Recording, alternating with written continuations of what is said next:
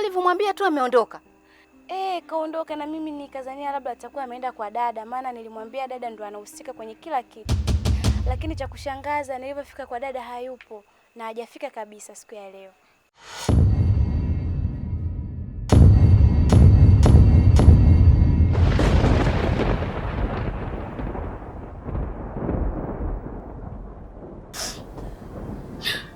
Na lakini mimi hapa nimeshajua ukweli wa yote haya. Chanzo ni nini? Dadangu ndo anayeniroga mpaka mimba zangu zote zinaharibika.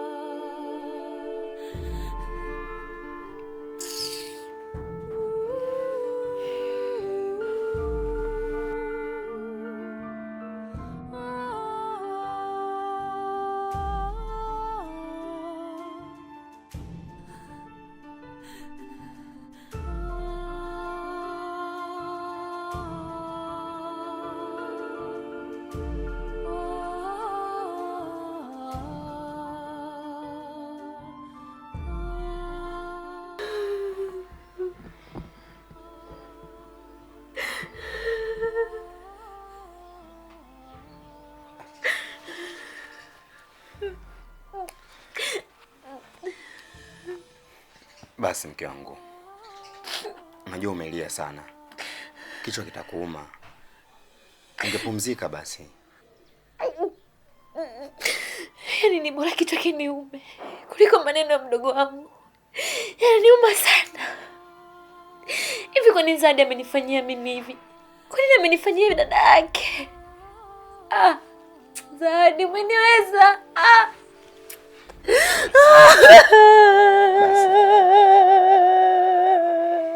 Basi usilie basi. Alafu kinachoniumiza, amesema kwa sauti sana, amenifokea kwa sauti, ameniita mchawi kwa sauti ya juu. Majirani wote watakuwa wameshasikia. Nani atakayeniamini kwamba mimi sio mchawi? Zawadi jamani, nimekosea nini mdogo wangu? Mimi dada yako nakupenda. Yaani sijawahi hata kufikiria kumloga maskini. Wala sio mchawi mimi. Basi nisikilize mke wangu. Kivyo vyote vile, yule hawezi kuambia maneno ya bure. Lazima atakuwa ameenda kwa waganga fake, umempa ramli fake kwamba wewe unaharibu kizazi chake. Lakini sio kwa akili yake. Amedanganywa na waganga yule. Kwa hiyo ninachokuomba mke wangu, wewe msamehe kabla hajaja kuomba msamaha.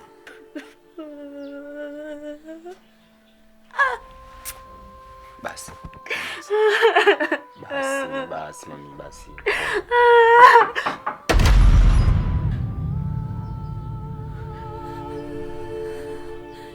Nani? Mimi hapa Zawadi.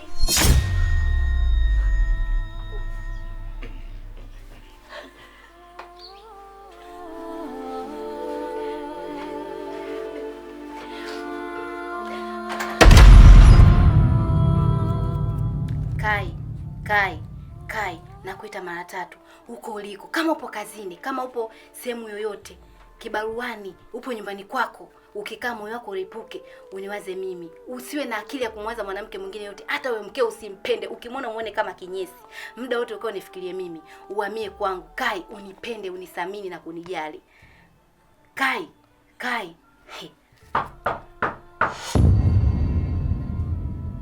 Ukikaa huko na kutembea wote moyo wako ulipuke. Hii dawa inavutoa moshi na moyo wako kulipuka. Nani? Kai hapa.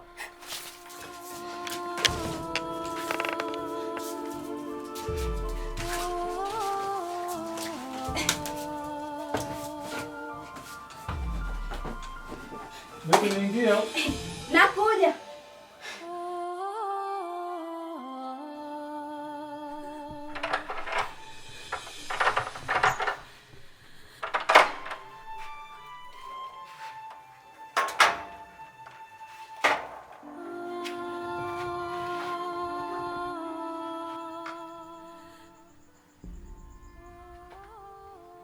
Kulikoni? Mbona usiku sana? Nimekuja kumuulizia mume wangu. Nimemkuta huko. Shemeji, mbona unauliza maswali ambayo siwezi kukupa majibu yake ipasavyo? Yaani usiku shemeji unamuulizia huko vipi, yani nafuata nini huko? Nimemuelezea mume wangu kila kitu. Ya kuwa dada yangu Kim ndo anayesababisha kila ujauzito wangu lazima uharibike. Akatoka nyumbani kwa hasira. Kwa hiyo mimi nikazania labda na zile hasira zake atakuwa kaja huku kwa dada. Shemeji, mbona fika mbali kiasi hicho? Yaani kulikuwa na haja gani kumwambia mshikaji kiasi hicho? Mbona kesi ndogo naifanya inakuwa kubwa? Oh, ina maana nyinyi hayo mambo anayonifanyia mkeo ni mazuri au? Haukutaka nimwambie yeye mume wangu. Anataka sasa niende kumwambia nani? Nimekwambia nimemwambia kila kitu mume wangu. Kwa hiyo mimi mguu wangu kuja hapa nilijua fika atakuwa kaja kukiamsha hapa kwa dada. Ila kama hajafika sawa. Usiku mwema. Lakini shemeji. Zawadi. Shemeji.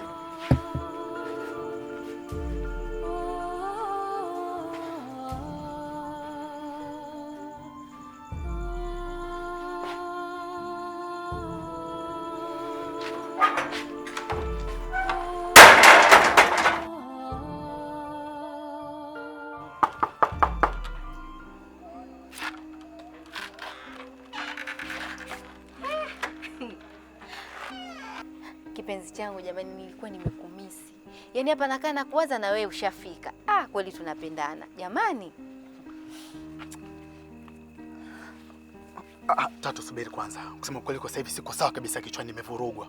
Na nimekuja hapa kwa kuamini kwa wewe ndio pumziko la moyo wangu. Na kwanza ningeenda nipumzike. Jamani, hata kama umevurugwa ndio uongee na mpenzi wako?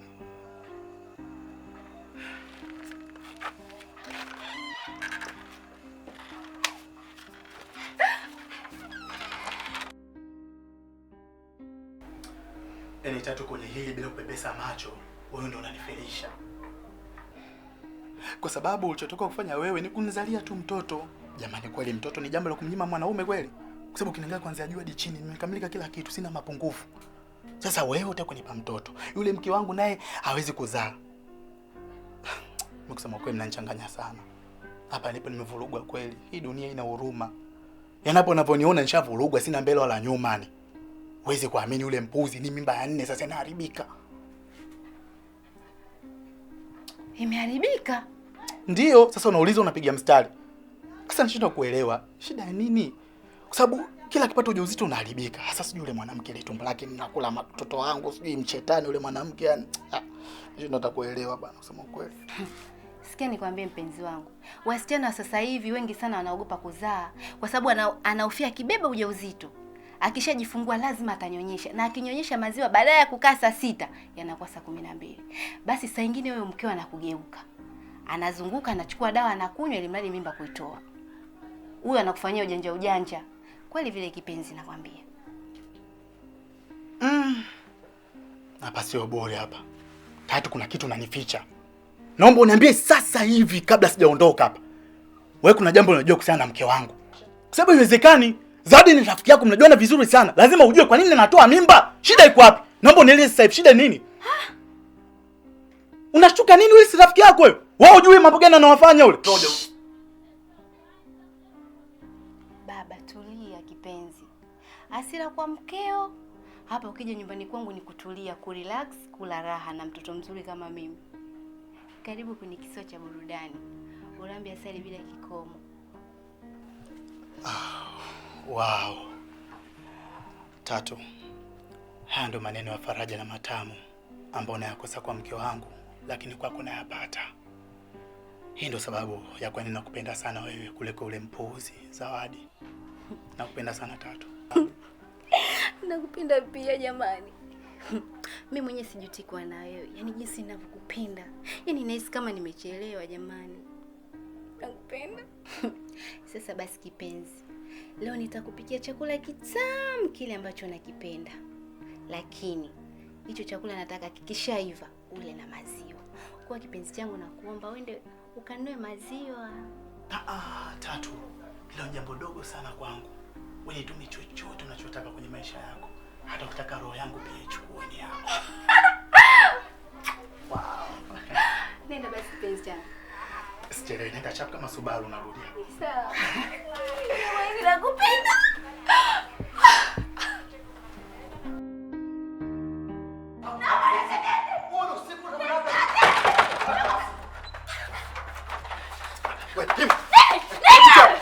Unataka kwenda wapi sasa usiku? Nimeshakwambia nimekuja kukumzia mume wako, unataka kwenda wapi? Kwa nini nitamchawi na nyumbani kwangu? Mimi ni dadaka, napaswa kuniheshimu kivyovyote vile. Kumbe unajua kama ni dadake, wewe ni mkubwa na ukubwa ni jeraha siku zote. Upaswe kwenda kokote, ubaki hapa ndani. Namfuata. Tulia basi. Nisikilize. Nimeshakwambia wewe ni mtu mzima. Kwa hiyo mtaka kufanya ujinga wote na watoto, si ndio? Mnataka muonekane watoto? Unafurahia mimi ninapoitwa mchawi, si ndio? Wewe mchawi, mpaka mkutacha wewe mchawi. Hata kama sio mchawi, hapaswi kuniita mchawi mimi nikiwa nyumbani kwangu. Nisikilize. Naomba ukusanye ngariba zako zote uende ndani. Sitaki kelele usiku huu. Siingie ndani. Na naenda niache. Tulia basi. Wewe nisikilize. Naomba nisikilize. Hii ni amri. Utake usitake. Uwe na ombi usiwe na ombi. Ninachotaka kukusanya ngariba zako zote ndani. Sitaki kukuona hapa. Mbavu nini?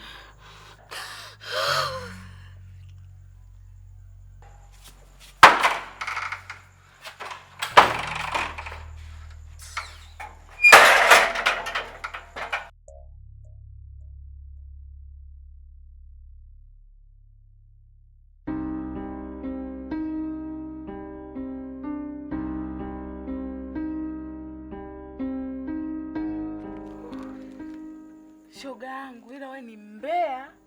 Yaani kuniamsha kote huku. Mimi nilikuwa nimelala zangu. Kisa tu makelele ya majirani. Kweli?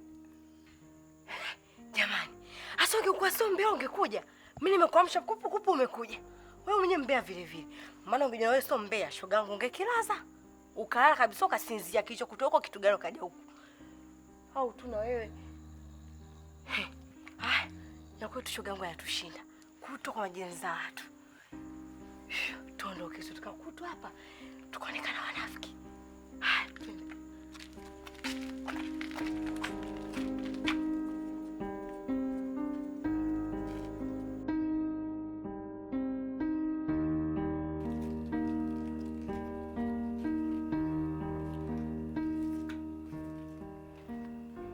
Mpapatiko.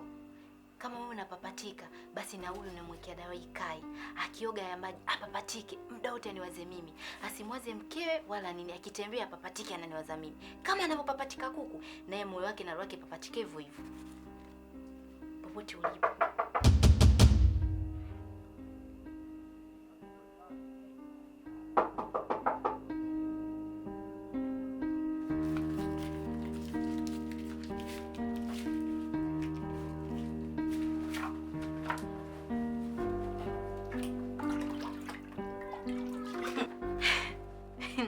Jamani mpenzi wangu, yani unavyonipenda. Jamani mimi ndio maana nakupenda jamani. Yani kila nikikaa nasikia hivi roho yangu yote inaniita kwako. Yani ninavyokupenda, nataka nikupe mambo matamu hujawahi kuyaona hata kwa mkeo. Yani ndio utajua vizuri kama mimi mtoto wa Kitanga au mtoto wa wapi. Yani hivyo vitu hujawahi kuviona popote. Yani jamani nakupenda kipenzi changu. Mara ile ndio usharudi. Nyo. Yani wewe kazi kuchukua tu wanaume za watu. Ila kutafuta wa kwako tatu. Hebu kuwa na wa kwako uwe na uhuru naye.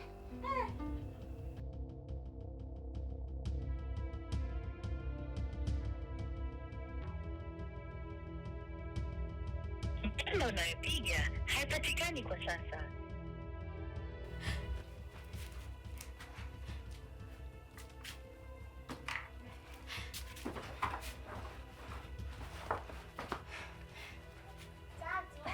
Nakuja Zawadi.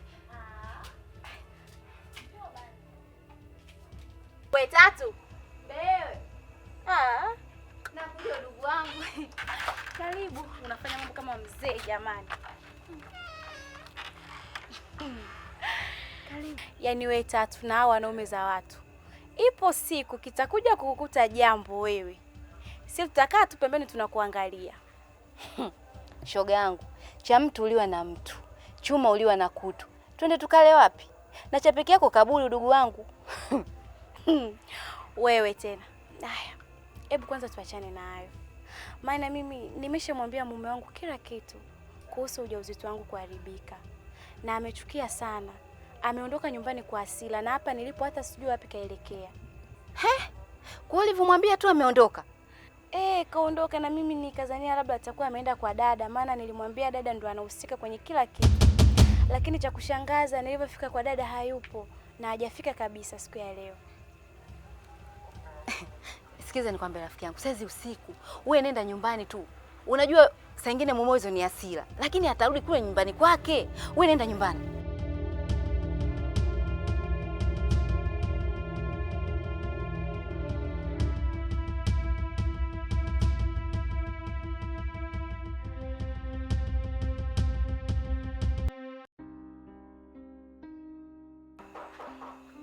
Una uhakika kweli atarudi nyumbani? Yaani wewe ni nyumbani kwake lazima arudi. Saa nyingine hasira tu, si unajua. Wewe nenda nyumbani, nenda sasa. Nenda nyumbani. Kesho nitakuja eh? Haya udugu. Haya. Wai.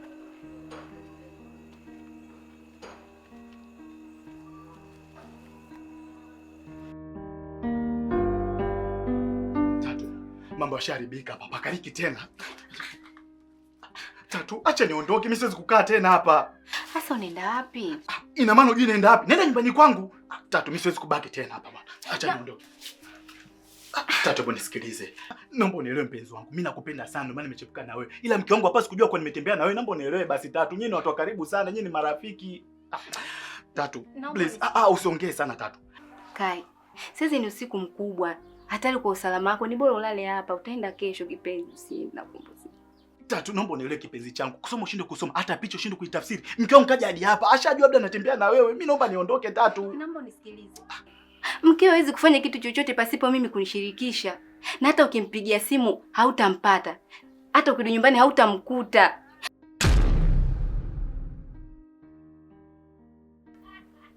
Sitomkuta. Kwa hiyo unamaanisha atakuwa ameenda wapi? Sikia nikwambie Zawadi. Wewe inabidi urudi nyumbani. Kwa sababu unaujua vizuri mtaa wetu. Una vibaka kama wote. Unaweza kujisababishia matatizo ambayo hayana hata msingi.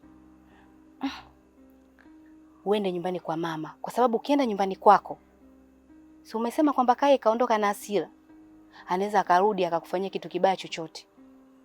Na ukifika nyumbani kwa mama, unatakiwa umueleze kila kitu. Kingine, na kuomba ukifika huko uzime simu.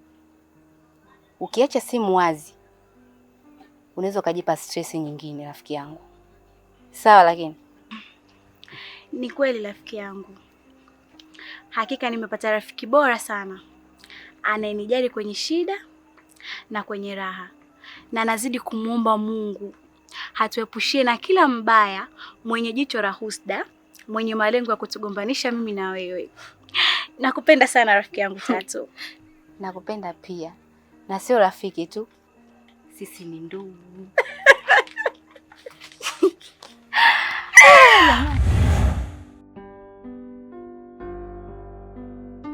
Kwa hiyo ondoa wasiwasi. Na inabidi leo ulale hapa. Uniburudishe na mimi nikuburudishe. Alafu kesho asubuhi ukitoka hapa uende mpaka kwa mamako mkwe. Uende ukampekesi mkeo.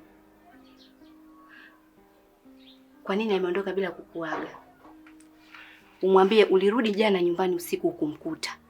Kwa sababu wewe ni mke wa mtu, anaondokaje nyumbani bila kukupa taarifa? Hivyo basi, tukifanya hivyo, utakuwa umempa kesi na wewe umebaki huru.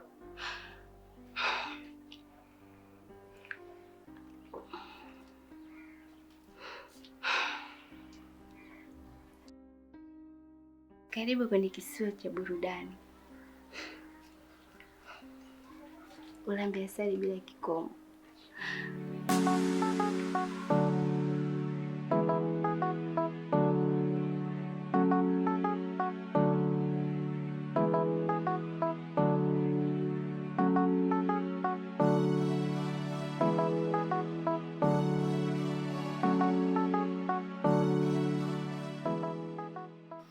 Zawadi, dada yako anakupenda sana.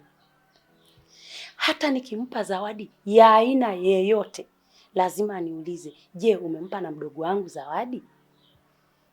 Hata nikimpa doti ya kanga lazima aniulize mwanangu. Hata nikimpa chakula, hata nikimpa matunda lazima aniulize, umembakishia na mdogo wangu Zawadi? Alafu kingine, na wembamba wake ule ule alikuwa anapigana na wenzake kwa ajili ya kukutetea wewe mdogo wake. Naomba nikuambie tena, Kimu hauwezi kufanya kitu kama hicho. Mwanangu, waganga ni waongo.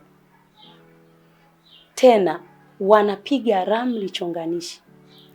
Kuna siku utaambiwa hata mimi mamako ni mchawi. Ndo hapo tutakapogombana sana. Nikuombe tu jambo moja, usirudie tena kufanya kitu kama hicho. Unanisikia mwanangu?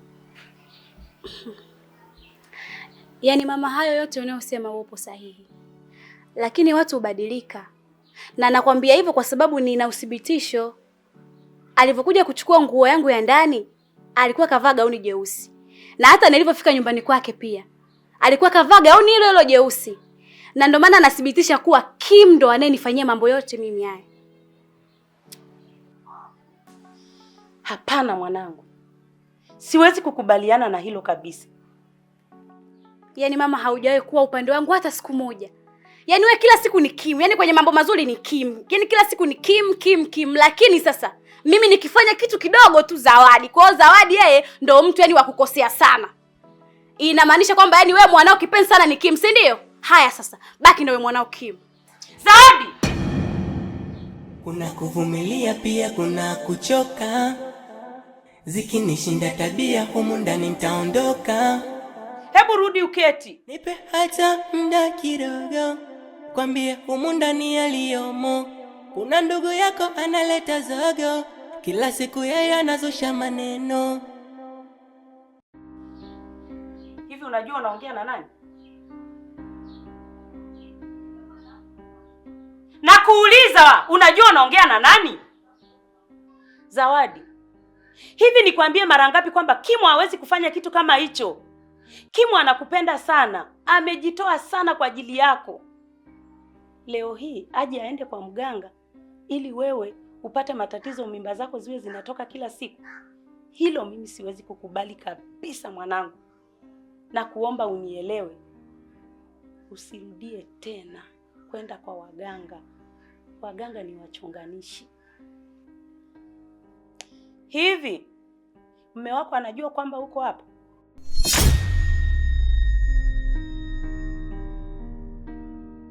Usinikodolee macho. Wewe ni mke wa mtu, hupaswi kutoka bila idhini ya mume wako.